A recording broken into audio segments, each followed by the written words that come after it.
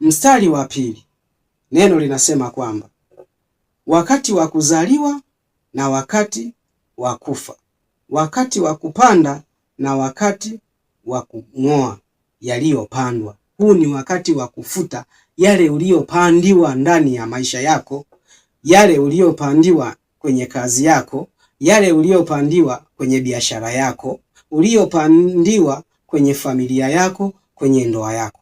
Huu ni wakati wa kufuta, wala si wakati wa kupanda yaliyo mabaya.